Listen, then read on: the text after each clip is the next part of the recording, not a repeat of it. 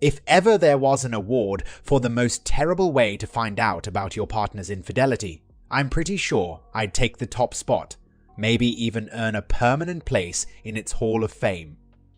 Like so many others in this unfortunate club, a club no one ever wishes to join, I found myself thrust into a reality I had never imagined. I can still vividly recall the sound of my ex-sister-in-law's voice, a haunting echo of I'm sorry, that played over and over on the phone as I navigated the long road home from a week-long business trip. Her voice was thick with emotion, a trembling apology that made no sense to me at the time. I was utterly bewildered, with no clue as to what she was apologizing for. It was only after I managed to coax her into a semblance of calmness that she dropped the bombshell. My wife was in the hospital, and I needed to rush home immediately. Panic gripped me, sending my mind into a frantic overdrive. I pressed for more details, desperate to understand what had happened, but all she offered was that it was an assault. Then abruptly, she ended the call and didn't respond to my frantic attempts to reach her again. With my heart pounding in my chest, I accelerated. The car speeding along the highway as a myriad of scenarios raced through my mind. Fear and confusion clouded my thoughts, each more terrifying than the last. What kind of assault? Was she hurt? Who would do this to her? The questions spiraled, unanswerable and ominous. The drive home felt both endless and too brief, a blur of motion and emotion that I navigated on autopilot. I was driven by a single overwhelming need to see my wife, to understand what had happened, and to confront the reality that awaited me at the hospital. Little did I know that the truth I was about to uncover would shatter my world in ways I could never have anticipated. As I finally reached the city limits, the familiar streets now seemed foreign, as if I was seeing them through a veil of dread and apprehension. The hospital loomed ahead, a beacon in the fading light, and with every mile closer, my anxiety grew. What awaited me was a revelation that would change everything. A moment frozen in time that I would never, could never forget. A little bit of background story. Reflecting on how my ex and I first crossed paths, it feels like a chapter from another lifetime, a story tinged with both sweetness and sorrow. We were both in our mid-20s, and our meeting facilitated by a mutual friend at a casual barbecue. She struck me immediately, not just by her striking beauty, but by the quiet, introspective aura she carried about her. She was the epitome of too good to be true, shy and introverted. A stark contrast to the loud, bustling environment around us. Our journey, from acquaintances to lovers, wasn't swift. But when it finally happened, I felt like the luckiest man alive. I was on cloud 9, utterly captivated by her. However, our attempt to bridge the gap to intimacy revealed deep, hidden scars. The night we first tried to become intimate, she broke down in tears. It was a reaction so sudden and intense, it left me reeling, thinking I had inadvertently caused her pain. The confusion of that moment was overwhelming, her sobs a sound I'd never forget. Initially, I thought it was my fault, but she explained next day, her voice laced with apologies, that it wasn't about me. She was reliving a nightmare from her past. A dark chapter that involved an abusive ex who left deep emotional, physical, and mental scars. This revelation of her past abuse and how it intruded even into moments meant to be filled with love and trust was a wake-up call. We proceeded with the utmost caution, respecting her ongoing therapy and healing process.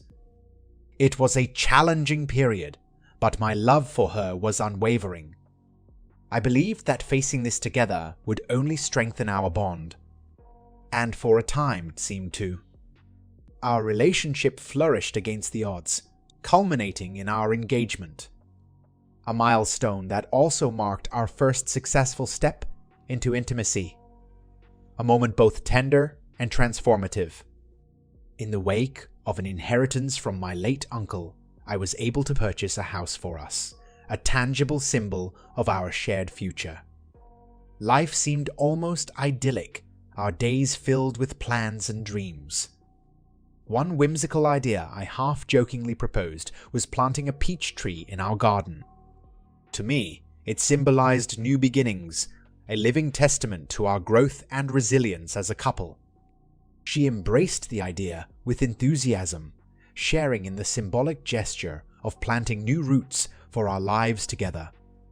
Little did we know how significant this tree would become in the story of us, a marker not just of beginnings, but of endings too. Our story together, from the moment we met in our mid-20s at a friend's barbecue, felt like it was lifted straight out of a fairy tale. She was a vision of beauty, with a shyness and introversion that only made her more enchanting. Despite the rocky start to our intimacy, where her past traumas surfaced in a way that took us both by surprise, we persevered. Her past with an abusive partner was a shadow that loomed over us, but together we stepped into the light. I was there for her through therapy and healing, believing that our love could overcome any obstacle. And for a time, it seemed like it did. Our engagement and the purchase of our first home together marked the beginning of what I thought would be our forever. Planting that peach tree in our backyard symbolized our new beginnings and the growth we were expecting to nurture together. Our wedding was a dream, a celebration of our love and commitment to each other, promising to always communicate and never let the sun set on our anger. But life, with its unpredictable nature, started to weave a different narrative. My promotion, though a cause for celebration, introduced a strain on our relationship. The distance between us grew, not just physically due to my travels, but emotionally as well. She became more withdrawn, her phone a constant barrier between us. The openness that had once defined our relationship seemed to vanish. Despite my attempts to reach out, to understand what was happening, she reassured me it was just a phase, urging me to trust her. And I did, with all my heart. Her frequent visits to her sister's place for girl time were a relief at first, a chance for her to seek comfort and space. Yet, the day I received that call, the day she was supposed to be with her sister again, my world began to unravel. The phone call from my ex-sister-in-law, laden with apologies, was the first thread pulled in a tapestry of lies and secrets that I was blissfully unaware of. The drive home, fueled by confusion and fear, was a journey toward an unknown that I never could have prepared for. The foundation of our relationship, built on trust, love, and healing, was about to be tested in ways I couldn't imagine. The discovery of her affair, hidden beneath layers of reassurances and smiles. It was a betrayal that cut deeper than any physical wound. As I made my way to the hospital, the pieces of our life together started to form a picture I couldn't recognize. One that was about to change everything I thought I knew about love, trust, and healing. Rushing into the hospital, my mind was a whirlwind of confusion and fear. I was gasping for air, my heart pounding in my chest as I tried to make sense of the situation. The calm demeanor of the police officer, who introduced himself as a friend of my sister-in-law and happened to respond to the call, was the only thing that kept me grounded. His explanation felt surreal, like a bad dream I was desperately hoping to wake up from. He recounted arriving at a scene of domestic disturbance, describing a couple in a violent altercation that he had to intervene in. The image he painted was so far removed from anything I could associate with my wife that it initially made no sense to me. The officer's gentle, yet firm assurance that the woman involved was indeed my wife shattered the last of my denial. I was led by a nurse into a room, and the sight that met me left me speechless. My wife, the woman I loved and vowed to protect, was lying there battered and bruised, a shadow of her vibrant self. The doctor's clinical description of her injuries, a fractured jaw, a swollen shut eye, extensive bruising, and broken ribs, was a litany of horrors that seemed to echo endlessly in the sterile hospital room.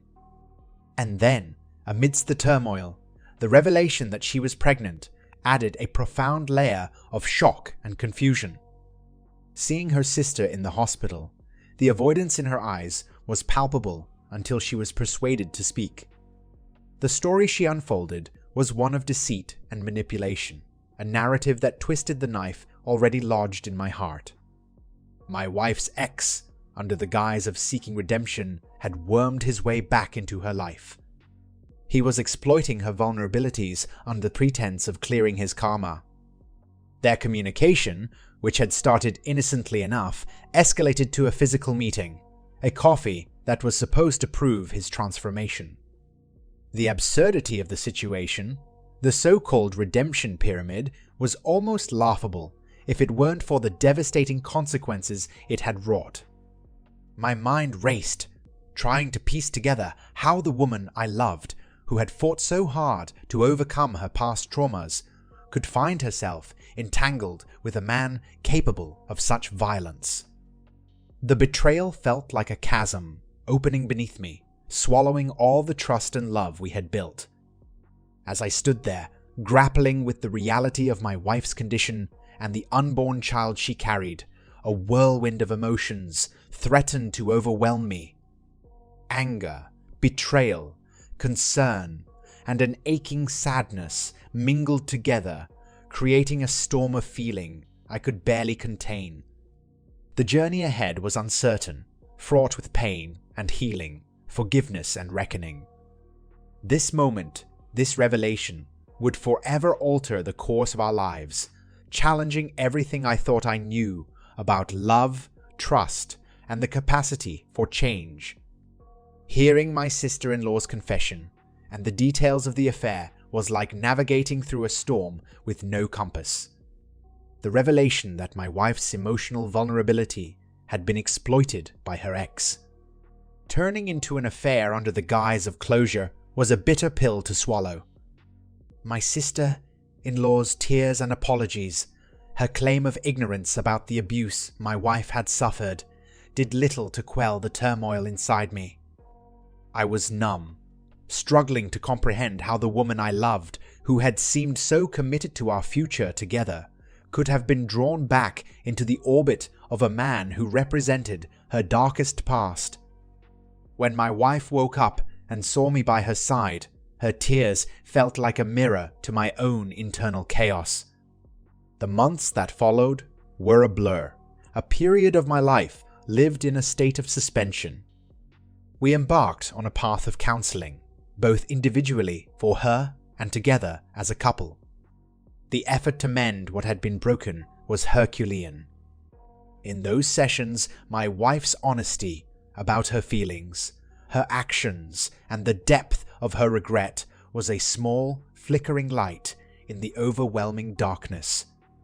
Her admission of self-loathing, of contemplating self-harm as a means of escape from the guilt and shame she felt, was heart-wrenching.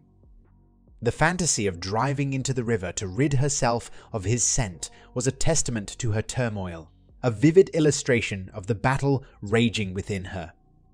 Her attempt to end the affair, driven by the realization of its toxicity and the pregnancy, was a turning point marred by violence.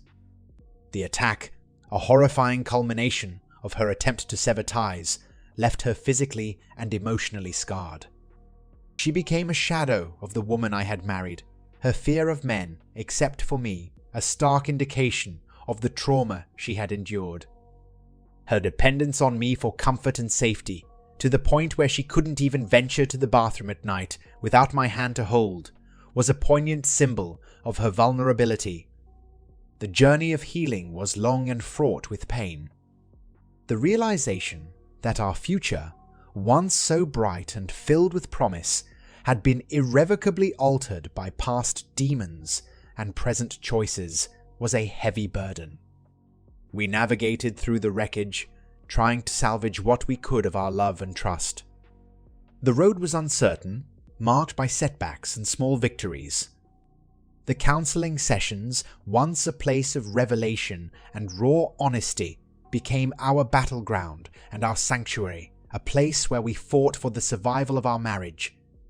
In the midst of this turmoil, the presence of our unborn child was both a beacon of hope and a reminder of the complexity of our situation.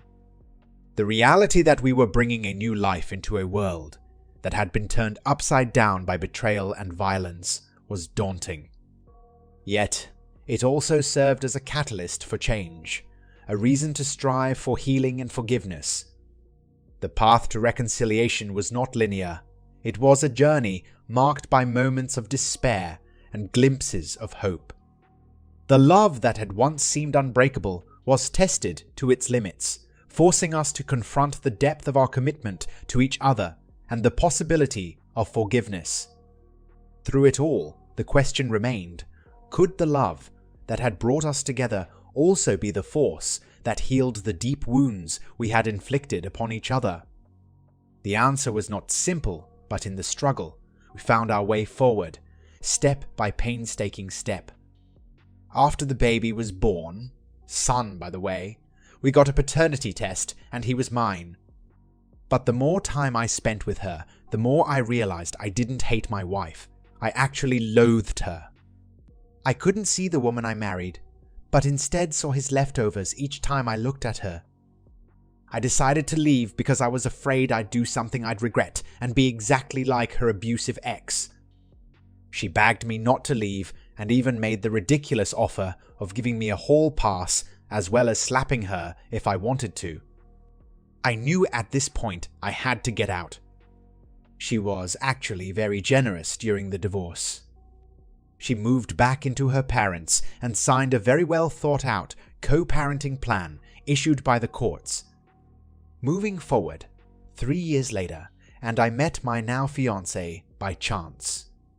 I was in a bookstore with a buddy of mine, and we were discussing Egyptian mythology when this beautiful woman approached me to correct me on my pronunciations of the Egyptian gods and cities.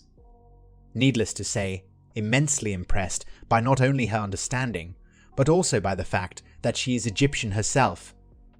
We exchanged numbers, which eventually led us to date. When I finally proposed to her, it was actually in front of the peach tree I had planted years ago. I got down on one knee, but before I got my answer, she ran into the house and then came out with a ring as well. Turns out, she was actually planning on proposing herself because she was madly in love with me, and she just didn't want any other woman to have me. My son, in all his sweet child-like innocence, told his mother what happened because he was present when it happened. My ex literally showed up that night in the rain yelling about how could I propose to her in front of our tree and that this isn't the end of us. I am completely exhausted at this point. I cannot go no contact because she is the mother of my child, but she is basically harassing me and my fiancé. How do I convince her to move on, to get over her fear of men, and not force me to get a restraining order?